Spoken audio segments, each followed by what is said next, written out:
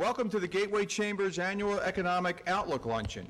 And this year's discussion, as you can see from our program, will focus on the future of healthcare legislation. Now, we are a chamber of commerce. We are comprised of businesses of all types and sizes, small, medium, large, and we look to promote economic activity, commercial activity among and between us. I was speaking with several of the students here earlier, and many have had summer jobs the past couple of years, and they range from smaller businesses mostly to larger. And most of the opportunity that you'll see as you come out of high school and college will be small businesses, although there will be other opportunities as well. And someday you may run your own small businesses. And what could be more important right now to small business than healthcare?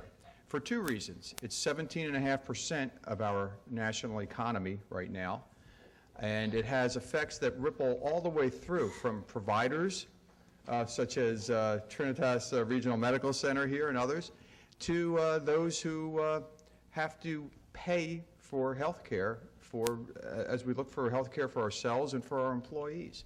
So it's vitally important that we get this right, and I know folks are trying to do that. Our special guest today is Congressman Leonard Lance of the 7th Congressional District. It's always good to have you, Congressman. And we had expected Congressman Frank Pallone, but unfortunately we just learned that he will not be able to join us today. One thing, Congressman Lance is Republican and Congressman Pallone is Democrat. One thing both parties want to do and agree on is promote economic activity and promote growth of commerce. It is what helps all of us and raises all boats. Had Congressman Pallone been here today, he'd be happy to learn that today's lunch is fully subsidized. And I signed an executive order to that effect. And Congressman Lance, you'll be happy to know that you don't have to verbalize everything today. You're allowed to tweet out certain responses as a Republican here. But we do recognize our sponsors today, Capital Securities and Atlantic Health and Trinitas Regional Medical Center. Thank you all so much for being our general sponsor today. We have a number of students with us today, and they're really great people. I've really enjoyed meeting you earlier today and speaking with you. We have students for Elizabeth, sponsored by Northfield Bank. Infinium sponsors our students from Linden. Merck is sponsoring the students from Kenilworth. And Plainfield students are sponsored by the DeFrancesco Bateman Law Firm. Welcome to you all. It's great to have so many folks, especially so many young people with us today. Please join me in welcoming our Chamber President, Jim Coyle, and Congressman Leonard Lance.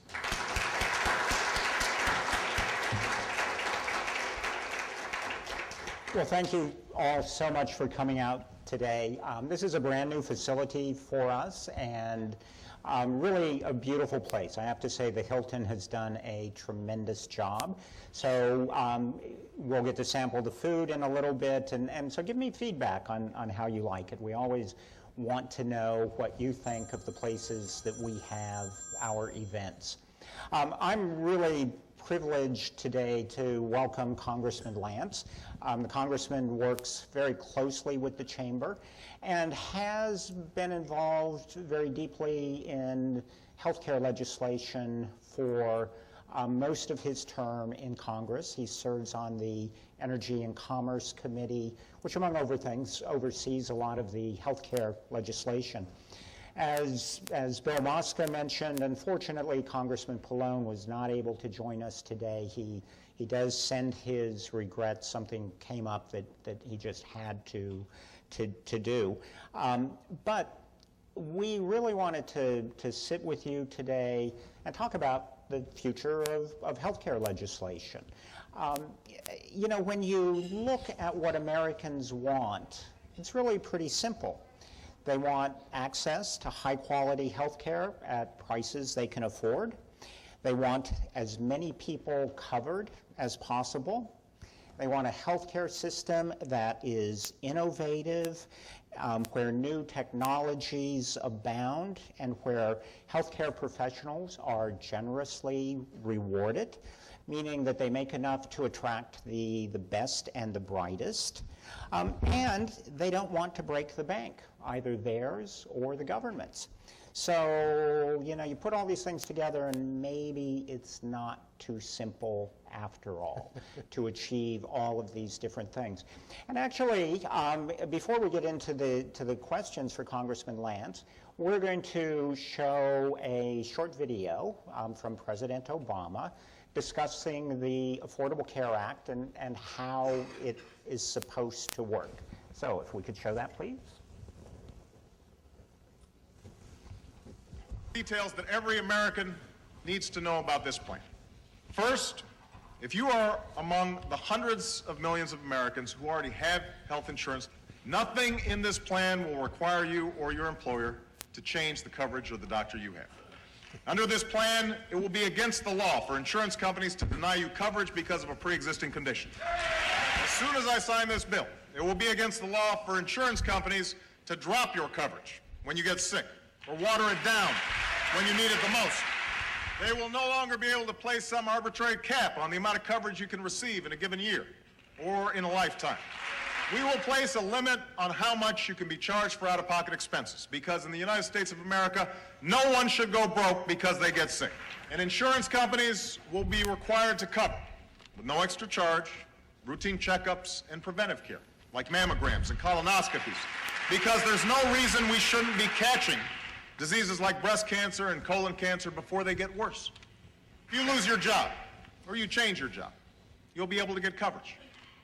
If you strike out on your own and start a small business, you'll be able to get coverage. We'll do this by creating a new insurance exchange, a marketplace where individuals and small businesses will be able to shop for health insurance at competitive prices. Now, for those individuals and small businesses who still can't afford the lower-priced insurance available in the exchange, we'll provide tax credits, the size of which will be based on your need. For those Americans who can't get insurance today because they have pre-existing medical conditions, we will immediately offer low-cost coverage that will protect you against financial ruin if you become seriously ill. This was a good idea when Senator John McCain proposed it in the campaign. It's a good idea now, and we should all embrace it. But an additional step we can take to keep insurance companies honest is by making a not-for-profit public option available in the insurance exchange. Let me be clear, it would only be an option for those who don't have insurance. No one would be forced to choose it. It would also keep pressure on private insurers to keep their policies affordable and treat their customers better. I will not sign a plan that adds one dime to our deficits, either now or in the future. We've estimated that most of this plan can be paid for by finding savings within the existing healthcare system, a system that is currently full of waste and abuse. The only thing this plan would eliminate is the hundreds of billions of dollars in waste and fraud, as well as unwarranted subsidies in Medicare that go to insurance companies. And we will also create an independent commission of doctors and medical experts charged with identifying more waste in the years ahead. These steps will ensure that you, America's seniors, get the benefits you've been promised.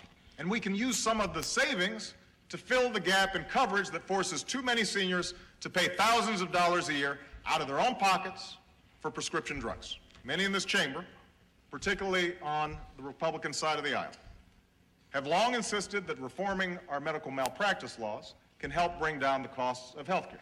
I know that the Bush administration considered authorizing demonstration projects in individual states to test these ideas.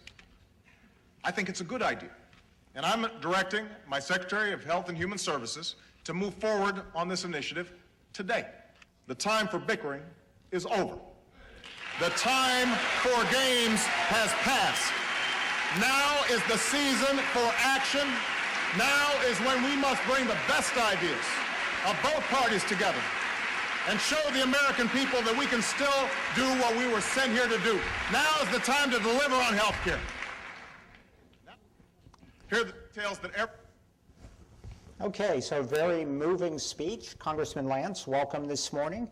So President Obama set a pretty high bar with that speech. And a lot of the things that he mentioned, like keeping kids on their parents' policies, no coverage limits, no denial of care, have become pretty much accepted into the mainstream of things that we should have and do. But all in all, has the Affordable Care Act been a success? I think that it's moved the nation forward in some ways, Jim, but I do not think that it has been a success in totality, and I certainly think it needs major revision.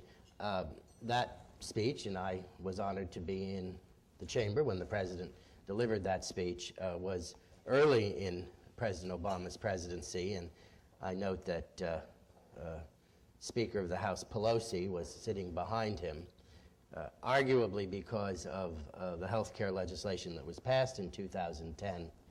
The Republican side of the aisle gained control of the House of Representatives. The bill that was passed on a partisan vote, and I would have preferred bipartisan cooperation, and I think fault lies with many regarding that aspect of the whole situation. I observed that in 1935, when Social Security was passed, there were lots of Republican votes in Congress for the proposal of Franklin Roosevelt and a democratically controlled Congress. And when Medicare and Medicaid were passed in 1965 under the leadership of President Johnson, with Democratic control of both houses, there was significant Republican support for Medicare and Medicaid. I would prefer that we engage in bipartisan cooperation. I did not vote for the bill that passed the House earlier this year on a partisan basis, with Republicans controlling the House. And as you are aware, that bill did not receive favorable consideration in the United States Senate. There have been some advances, but certainly the suggestion that the cost of health care in this country would be lowered has not proven to be the case. The cost of health care has continued to rise. The famous statement that if you like your doctor, you can keep your doctor, and if you like your health care coverage, you can keep your health care coverage, has not been borne out in fact, at least not to the extent as was suggested in 2009 and 2010. So we've spoken about this many times, the ACA and the need for reform. And in fact, at every debate that the Chamber has sponsored with you, we've always asked the question about what you would replace it with. And at that time, you indicated that the Republicans were prepared, that they had ideas that you thought would pass the Congress. So what happened? Why did all those efforts fail? I think it's not clear that we can't move on health care legislation. The initial proposal, which passed the House without my support, failed in the Senate. I think that we should continue to work on this issue, and I think we should do so in a bipartisan way. I'm a member of what is known as the Problem Solver Caucus in the Congress, and we have put forth a proposal. Incidentally, there is no caucus in Washington that is not self-congratulatory in name. We call ourselves the Problem Solver Caucus. I'm not a member of the Pain in the Neck Caucus in the House of Representatives. The Problem Solver Caucus is bipartisan. You have to have an equal number of Republicans and Democrats, and we have put forth a proposal regarding health care reform. When I became a member of the Problem Solver Caucus, I was never more popular because many Democratic colleagues wanted to join with me. You have to join one Republican and one Democrat at the same time, and it was rather like Sadie Hawkins' day at the high school prom. I had lots of Democrats who wanted to join with me. And so we're continuing to work on this issue. We're involved at the moment in tax reform, and I know that's not the principal discussion at this event, but I think we should be continuing to work on health care. President Obama, in that address before Congress, mentioned medical malpractice insurance reform, tort reform. There is no tort reform in the ACA. not one paragraph, not one sentence of tort reform. And that is not a magic bullet, but I think that we should consider tort reform, and that was not enacted into law. So the president also mentioned, excuse me, mentioned that the Affordable Care Act would not affect the deficit. Has that proved true? No, I don't believe that that is accurate. We all hope that the deficit can be tamed. In the first 2 years of the Obama presidency, the deficits were $1.4 and $1.3 trillion. They have lessened since that time. I immodestly suggest that they have lessened because Republicans have gained control of the House of Representatives and of the Senate. We're still not doing as good a job as we should. The annual deficit in the year that ended on September 30th, and our fiscal year in Washington ends on September 30th, was about $650 billion, and it had been about $450 billion the year before. And so these deficits are still too high, but they're better than they were. Now, regarding the ACA, it was thought, and I think thought honestly, by those who constructed it and by those who supported it in Congress, and certainly by the Obama administration and the Department of Health and Human Services, that the increase in those Americans covered would be largely through the exchanges and not through the expansion of Medicaid. And of the more than 20 million Americans or so who have received coverage based upon the ACA, and it is a good thing to have more Americans covered, and that is a success, in my judgment, for the ACA.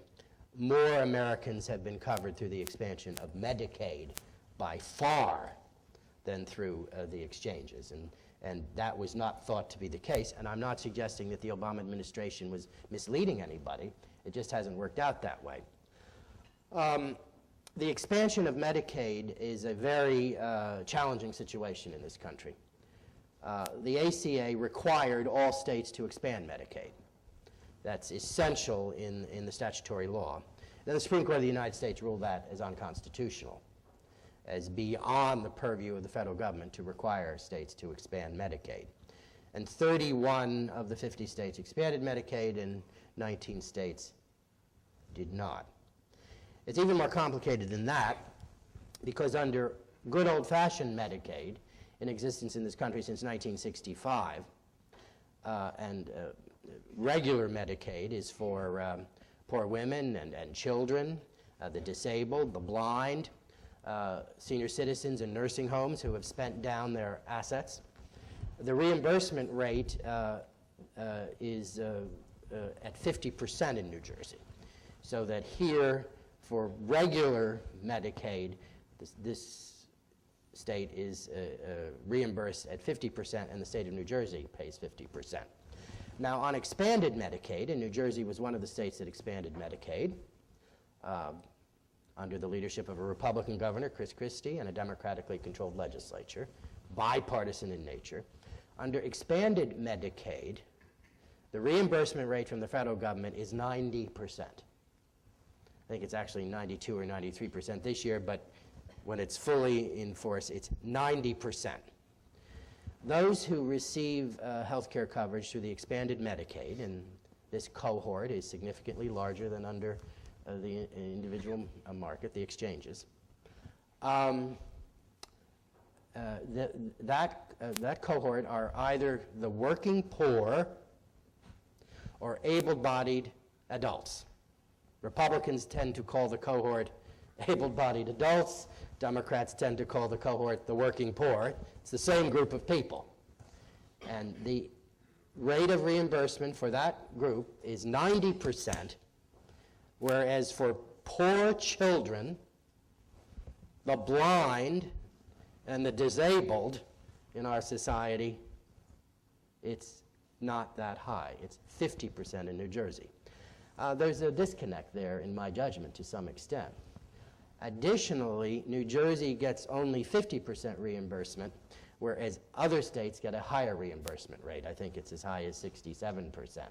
New Jersey is one of the states, and there are a handful of them, that are only reimbursed 50% for regular old-fashioned Medicaid. Additionally, the states that did not expand Medicaid, and these are very large states, Texas, Florida, North Carolina, states larger than New Jersey in population, their representatives in Congress grumble that the American taxpayer is paying for the expanded Medicaid under Obamacare and is paying for a reimbursement rate of 90%. So I want to take a moment and talk about cost-saving reductions, because this is very much in the news right now. Yes. So how many people know what a cost-saving reduction is? No, okay, couple people from the hospital.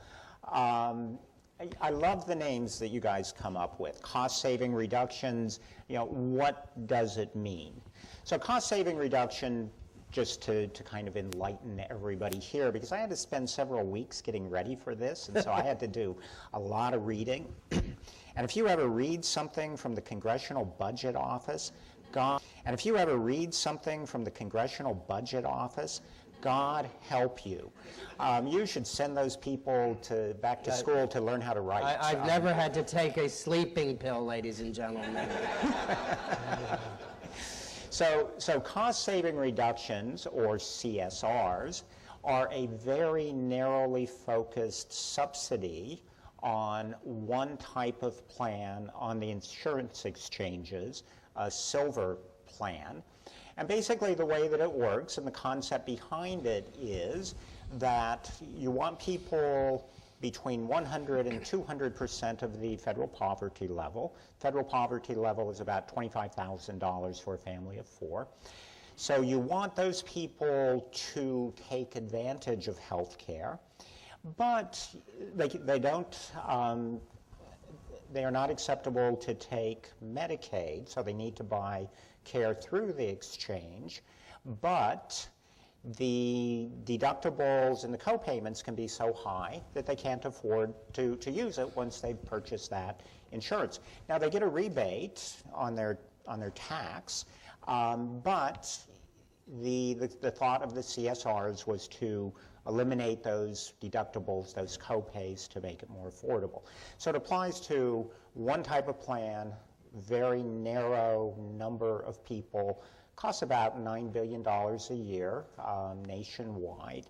And it has become the big topic. And in fact, in all of the discussions that we're hearing, President Trump, about 2 weeks ago, decided to suspend the payment of CSRs, and said, kind of confusingly, 2 different occasions. Once was because it was illegal, and I'm sure Congressman Lance has an opinion on that, and then on another occasion because he wanted to use it to destroy the Affordable Care Act. So these CSRs are getting a huge amount of blame for big increases on the exchange. Can you talk about them? Yes. I had thought it was $7 billion, and you're more up to date than I, $9 billion, which is a significant amount of money. This is the issue. President Obama directed that these payments be made.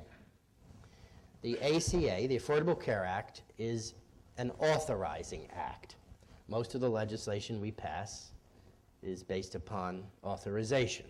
I am on an authorizing committee, the Commerce Committee, the oldest committee in the House. And it is the Commerce Committee that deals with health care in this country, particularly its health subcommittee, and I'm honored to be on that subcommittee as well as several others of the Commerce Committee. Under our Constitution, it is the Congress, and the Congress exclusively, that can appropriate funds. And that comes from the Appropriations Committee. We are authorizing committees, and then the Appropriations Committee appropriates funds, and indeed appropriates enormous amounts of funds. We spend $3.7 or $3.8 trillion a year in this country. Some of that is mandatory spending, but some of it is based upon appropriations year in and year out. And I think we're very fortunate that in New Jersey that the chairman of the Appropriations Committee is Rodney Frelinghuysen, my closest neighbor in Congress, represents the district contiguous with the district I serve. It is my considered judgment that it is exclusively the responsibility of the Congress of the United States to appropriate funds under Article 1, and that no president has the ability to say, please spend this amount of money. The president has lots of constitutional authority, but he or she does not have the authority to appropriate funds. And this is what President Obama did, and President Trump, quite rightly, in my judgment, has said that he does not have that authority. I, as a member of the Problem Solvers Caucus, put out a proposal with colleagues in the Problem Solvers Caucus that would appropriate the funding necessary for these payments. I am not opposed to the program. I am adamantly opposed to having any president of the United States do this unilaterally. This has been litigated to the level of a federal district court, which ruled in favor of the position that this was not authorized constitutionally, that it was unconstitutional for President Obama to do what he did. That has not been appealed. It would have to be appealed to the United States Court of Appeals, probably for the District of Columbia Circuit, and then eventually to the Supreme Court of the United States. I am a lawyer. I used to practice constitutional law. I think I know something of these issues. If this were to reach the Supreme Court, I am confident the Supreme Court would rule that it is unconstitutional for Barack Obama or Donald Trump or any other president to state administratively that these funds, and you say it's $9 billion, can be expended. That is exclusively the power of those of us who serve in the Congress of the United States. So in 2017, exchange insurance rates rose by 25%. Those rates were submitted in late 2016, so during the Obama administration. This year, an analysis was done, actually came out yesterday, of the new rate submissions, which put the rate at about 30%. So we can expect the exchange rates to increase by about 30% nationwide, a little bit less in New Jersey. Now, when you read the press, it all sounds like this is because of the CSRs.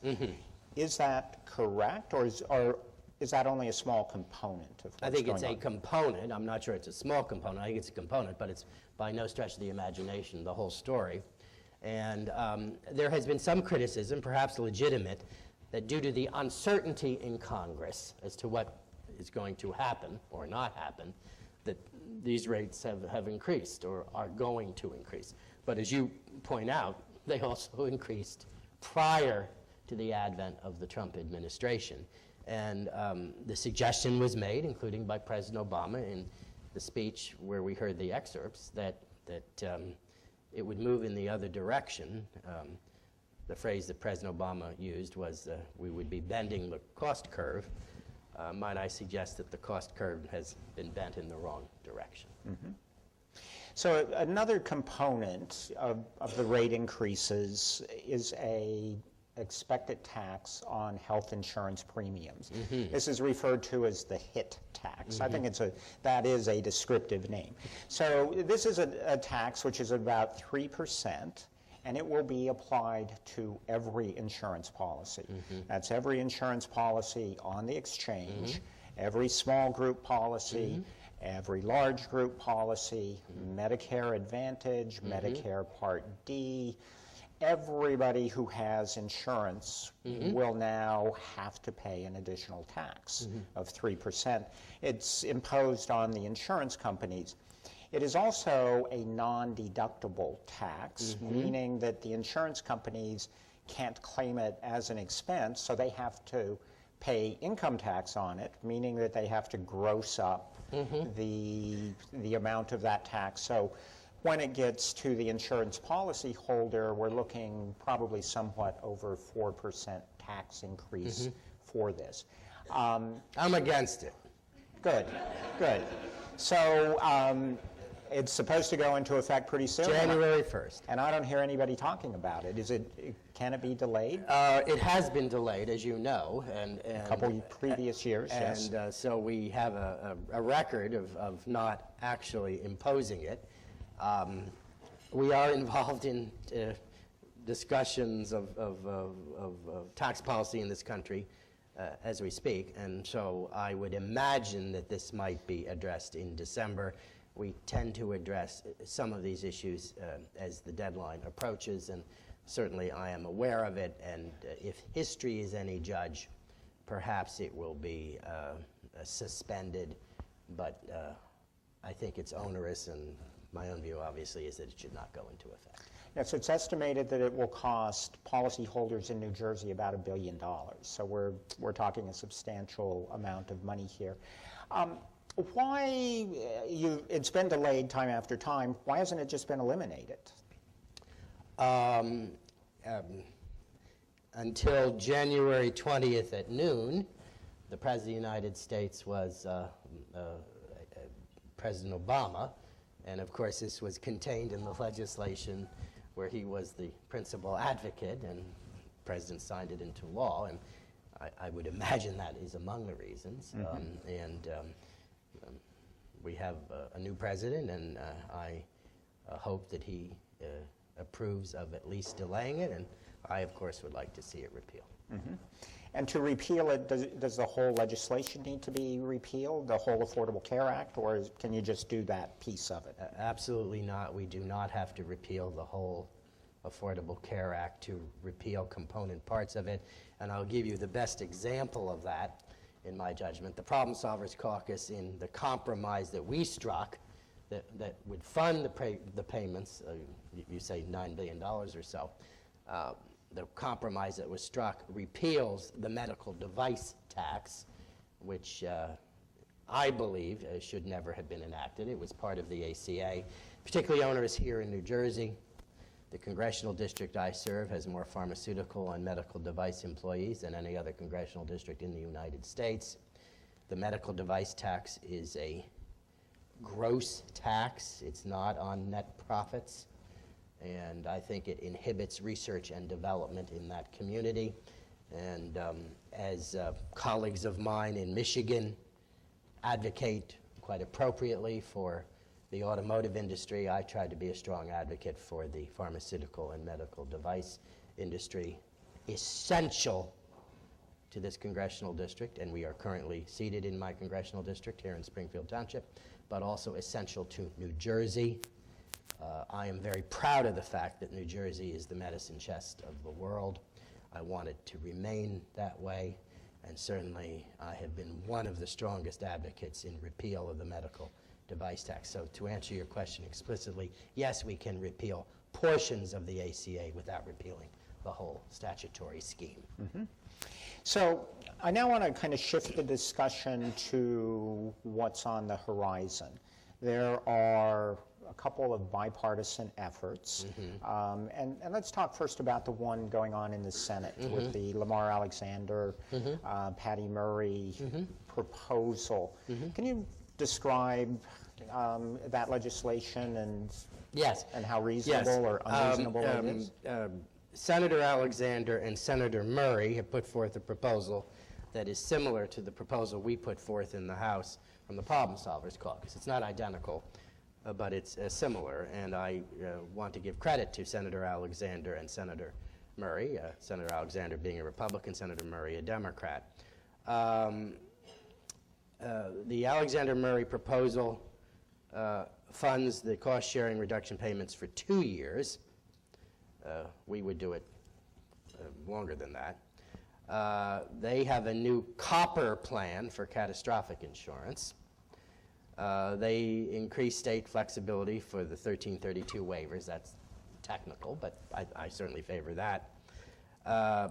And they have yet to have a score on their proposal. There is an even more recent proposal by Senator Hatch, and I'm not as familiar with that. Senator Hatch and then Kevin Brady, the chairman of the Ways and Means Committee in the House of Representatives. Now, our Problem Solvers Caucus proposal funds the cost-sharing reduction payments, and it's not only for 2 years. We also have flexibility for 1332 waivers, and we repeal the medical device tax, which is not contained in Alexander Murray, and we also raised the threshold on employers to 500 employees as defined as now it's 50 employees in a business, and we define full-time work at 40 hours, and that's a debate in the ACA because it's been defined at 30 hours. I believe that traditionally in this country a work day is 8 hours, and I believe traditionally the work week is 5 days, and if I multiply 8 by 5, this is higher math in Washington, one gets 40. I believe a full-time employee is 40 hours a week. My colleagues on the other side of the aisle, at least in the ACA, had a different opinion. I am confident that my views on a 40-hour work week are the views of the American people. Mm-hmm. So, excuse me. So one of the biggest problems with one of the biggest complaints against the ACA has been the lack of choice, that people are forced into a very narrow definition of policies that have to cover very specific things. The addition of a copper policy, which is a catastrophic policy, which would be, I believe, open to anybody, is a major step in giving more choice. But we find that, especially with very small businesses or micro businesses, where maybe a home-based business, one employee, that they cannot use small group policies here in New Jersey. They are forced onto the exchange, and those policies on the exchange are more expensive and more restrictive than what they could get otherwise. So this gets into the whole personal mandate issue, and is that going to remain part of the whatever we come out with? Are people still going to be required to do this?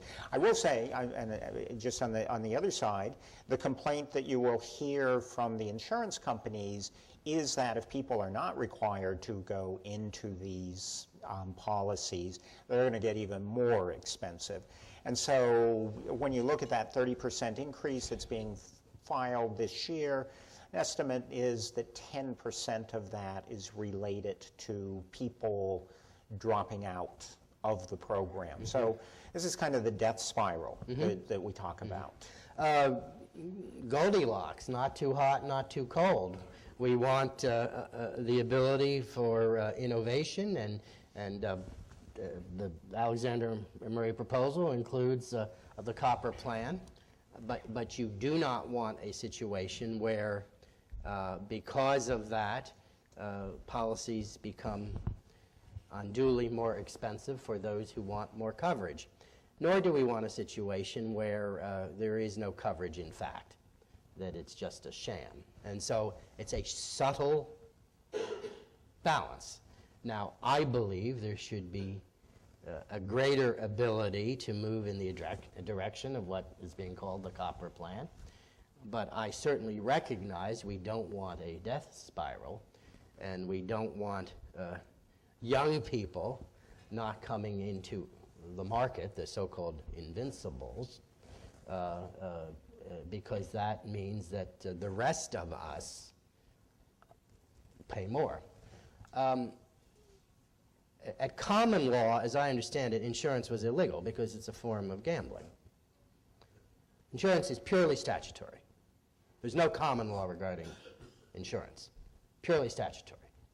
And obviously, you pay into a system of insurance, be it health care, or I just wrote a check to pay our homeowner's policy in the hope that my house never goes up in flames. And you pay whatever you pay, It's a spreading of the risk. That is, by definition, what insurance is. So we want to spread the risk, and that means that young people have to pay into the system, even though they are healthy. But we don't want those who are in middle age or older to have an unfair burden. Those who have reached the age of 65, of course, are in Medicare. Medicare is a system that I favor. Medicare is the promise one generation to the next that the working generation will pay into Medicare, and then at age of retirement will be able to utilize the benefits of Medicare. So I know I've not answered your question specifically, Jim, but it's a subtle balance as to how to proceed, wanting more ability and competition and the ability of the American people to choose what's best for them, but making sure that there is an appropriate spreading of the risk. So between the Problem Solvers Caucus and Alexander Murray, is there a coming together? Are we going to see possible legislation that could pass? I hope so. One of the challenges in Washington is that someone is always looking to the next election. And let's wait until the next election occurs because my side will be in a better position then. And of course, in the House of Representatives, we have 2-year terms. I think it's the responsibility of those of us who are currently serving in Congress to govern. And I hope that the Problem Solvers Caucus plan or Alexander Murray or it's not clear that the leadership in the Senate on either side or the leadership in the House on either side is as favorably disposed as those of us who have been involved in these reform efforts. Of the Problem Solvers Caucus, we have between 40 and 50 members. There are 435 of us in the House, and so that's not nearly a majority. I believe the best policy in this country moves from the center out. I'm center right, but I certainly work with those who are center left. One of the challenges in Washington is that many, particularly in the House, are either extremely conservative or extremely liberal, and that is a whole other topic due to the gerrymandering of congressional districts. I want to point out, Jim, we do not gerrymander our congressional districts in New Jersey. We're one of 7 states where the congressional districts are designed by a bipartisan commission, not by the state legislature. The bipartisan commission has an equal number of Republicans and Democrats, and if that commission cannot reach a conclusion, and we can translate that to mean when they do not reach a conclusion, the Supreme Court of New Jersey chooses a tiebreaker. The Supreme Court of the United States, in an Arizona case several years ago, said it was perfectly constitutional for states to have these bipartisan commissions to apportion congressional districts, and I think we should be very proud of that in New Jersey, and I wish other states would move in that direction because I think it would lead to more bipartisan cooperation and having legislation created and enacted from the center out. So can you talk about the mechanics? So if you have so many people wanting to introduce this legislation, can they do it, or can the leadership just say, no, we're not going to post it? No, I'm in discussions now. I think we will be introducing the legislation, and I don't know whether Senator Alexander and Senator Murray will or not. Yes, we have the perfect right to introduce it. That's not the same as having the legislation pass out of a committee of jurisdiction, or if it were to pass out of a committee of jurisdiction, having it posted on the floor. That is exclusively the province of the leadership. But yes, of course we have the power to introduce it, and we intend to do so. And we want to move the ball forward. And the fact that the president has, in my judgment, appropriately denied these payments because I believe it's unconstitutional unless it's approved by Congress through the appropriations process, I think that might be one of the... But I would be remiss if I didn't ask you to speak about tax reform and how badly New Jersey is going to be treated if it goes through as it is looking. Thank you for having me here today, Jim.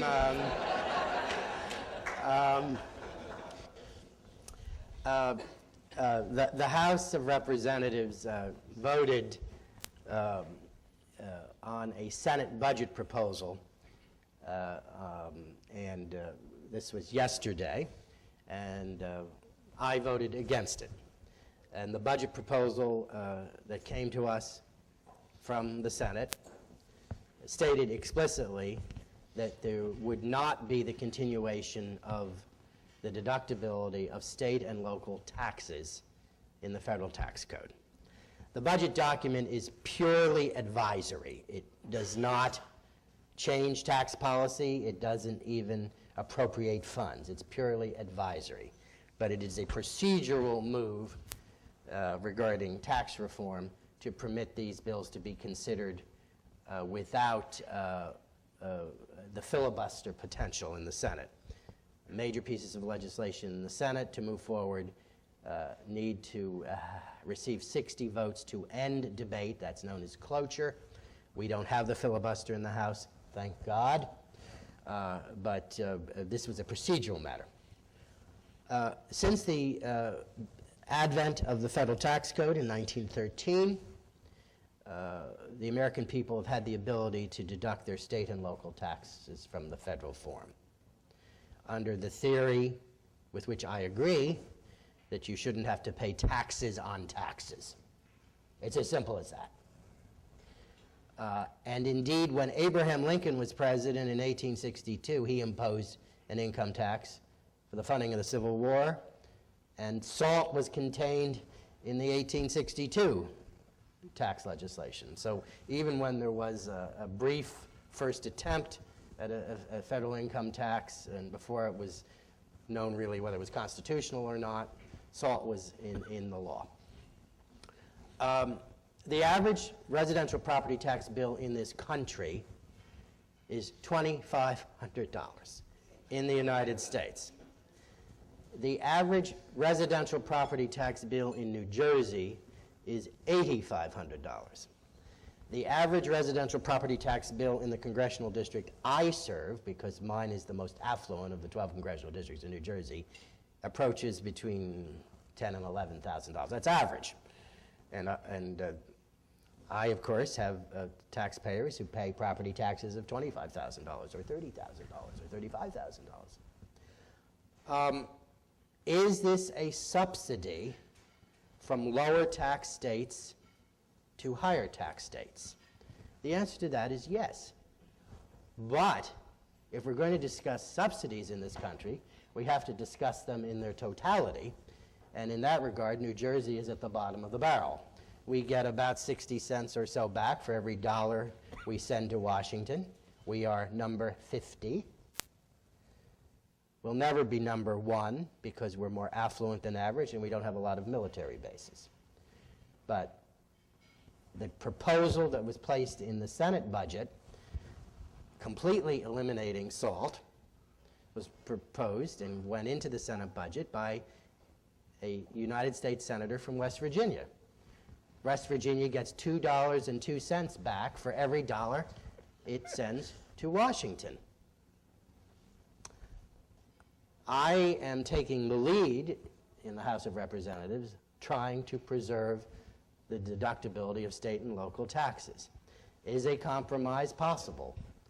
We'll see. I can tell you my negotiating position is that I want it off the table. Might I suggest that's the art of the deal. I want it off the table. I don't know whether it will be taken off the table completely, but I want my tax reform piece of legislation, Jim, to be heavily salted.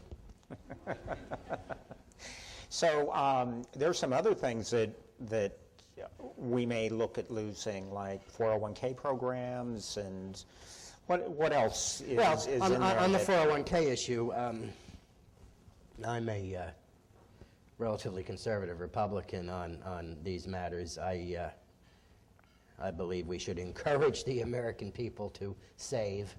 We're not a nation of savers. Other countries have a significantly higher savings rate, and I'm very reluctant to do anything that would further inhibit the ability of the American people to save. The President indicated that he was not in favor of the position, somehow eliminating or reducing that ability. I understand there may still be discussions in the Ways and Means Committee on that. The two most important committees in the House are Energy and Commerce and Ways and Means. You're not allowed to be on both, and most members are on neither. Given the district I serve, it's important for me to be on the Commerce Committee. And the other Super 8 committee is Ways and Means is working on that issue. But personally, I think we should encourage the American people to save, not discourage them. Mm-hmm. Great. Well, why don't we take a few minutes and open it up for questions. Badisa, could you come up and grab the mic, please? Or Karina? Karina's got the mic. Good. So who has a question that they'd like to ask Congressman Lance? Yes, sir. Thank you. Currently, the tax legislation that we're hearing about talks of eliminating the alternative minimum tax. Mm-hmm. Yes. If that becomes a bargaining chip, it will pretty much decimate the SALT deduction for New Jersey residents for those who will not continue or will not take advantage of the increase in the standard deduction. So SALT, to me, represents possibly, 10%, a 10% population in New Jersey that would continue to benefit from it. If in the alternative, Congress somehow destroys tax reform over a provincial issue, the entire country loses. That didn't seem to come across from the House yesterday. Would you comment on that?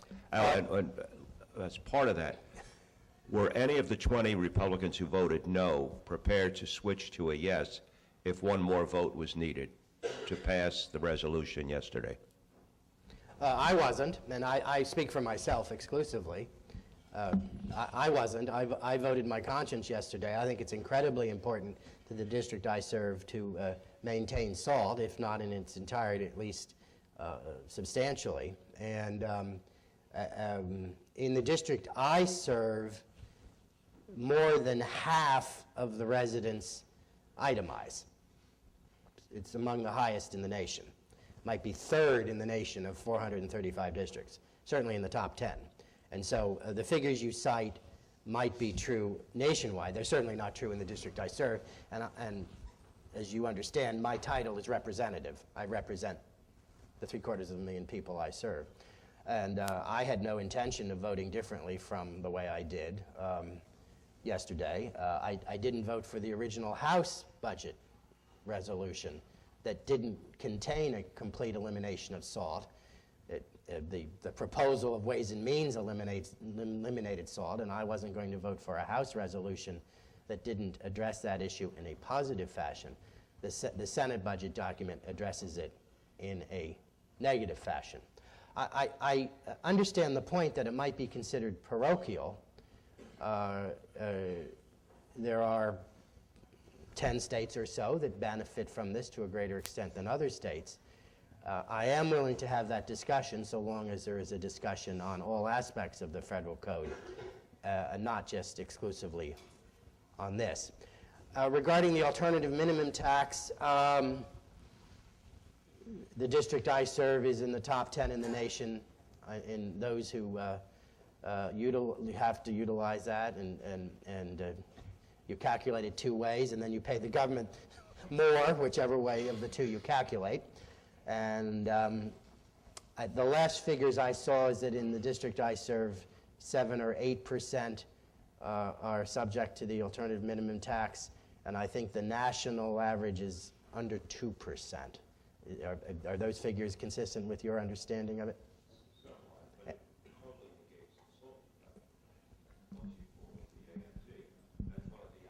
Yes. Added back on the computation. Yes. And you also lose the progressive bracket because the AMT uses a flat 28. Yes. And regarding the brackets, there is now a discussion It's just in the discussion stage.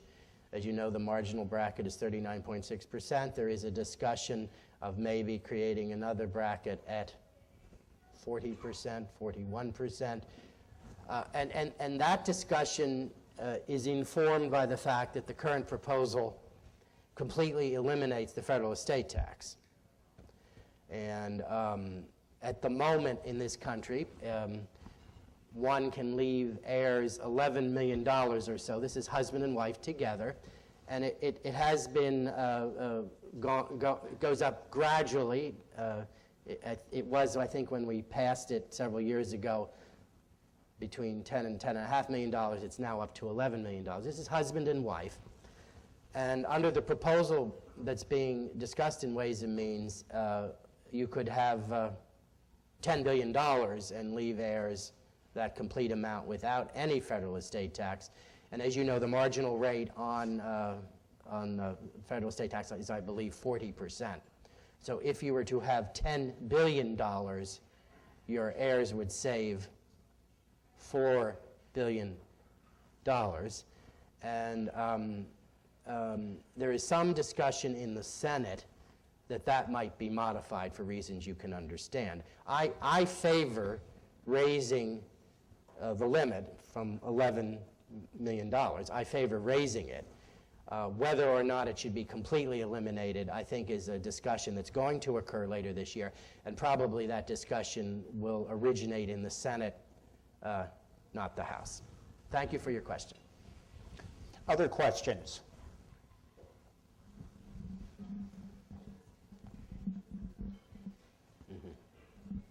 Hello. Oh, you want me to stand? Oh, okay. Wait. Okay. So I wrote a question down. I'm still young, right, and I haven't graduated high school yet, but healthcare is expensive, right, as of now. And I wanted to know, since we don't know what's going to come in the coming years, in 10 years, what do you think the healthcare will look like? Because I'm pretty sure it's going to be different than it is now, and then it will be in 5 years, and then it will be in 20 years, and it will be 50 years. But 10 years is on. Thank you. I think that's a good point as to where we are headed. And I think that we are headed in this society for a major debate as to whether we should move to a single-payer system. And my observation is that the other great political party in this country has very quickly moved in the direction of a single-payer system. And that is not what Secretary Clinton stated in her campaign for president last year. I don't want to indicate otherwise, but I think it is almost inevitable that the Democratic candidate for president in 2020, whoever he or she is, will favor a single-payer system, as exists in Canada and in Europe, Western Europe, and other places. I don't favor that, but I believe there's going to be a significant debate as soon as the 2020 presidential election on whether we should move to a single-payer system. I am decidedly of the view we should not, that we should build on the system we have, but I think that is a significant and growing debate in this country, and I predict here, 3 years out, that the Democratic presidential candidate in 2020 will be campaigning for a single-payer system. So, Mary, I think you had a question.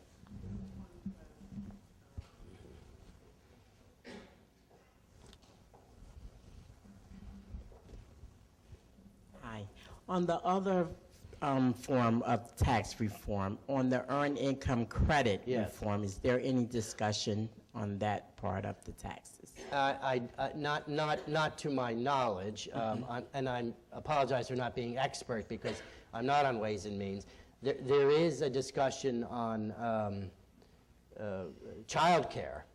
Okay. A very significant discussion about that. The president's elder daughter, Ivanka Trump, was on Capitol Hill earlier this week in that area.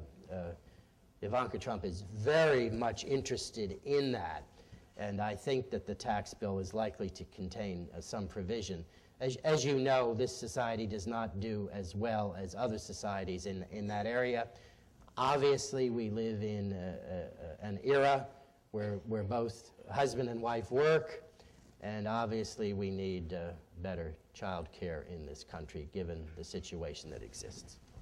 Thank you. So I think we have time for maybe 2 more questions. Once the Accountable Care Act was enacted, the Republican Party really stated, you know what, we're going to repeal Obamacare eventually.